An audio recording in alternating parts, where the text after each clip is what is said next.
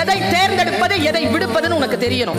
உன் கையில இருக்க ரிமோட், எதை அழுத்தினாலும் உன் கையில இருக்க போன், எதை அழுத்தினாலும் எல்லா விஷயங்களும் வரும். எதை அழுத்துறது எதை ஒமிட் பண்றதுங்கிறது உனக்கு தெரிந்திருந்தால் நீ ஜெயிக்க பிறந்த.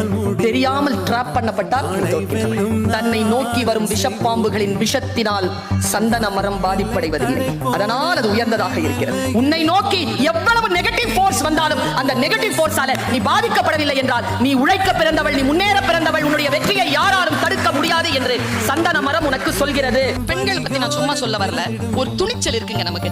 துணியலனா பிரசவமே நடக்காதுங்க.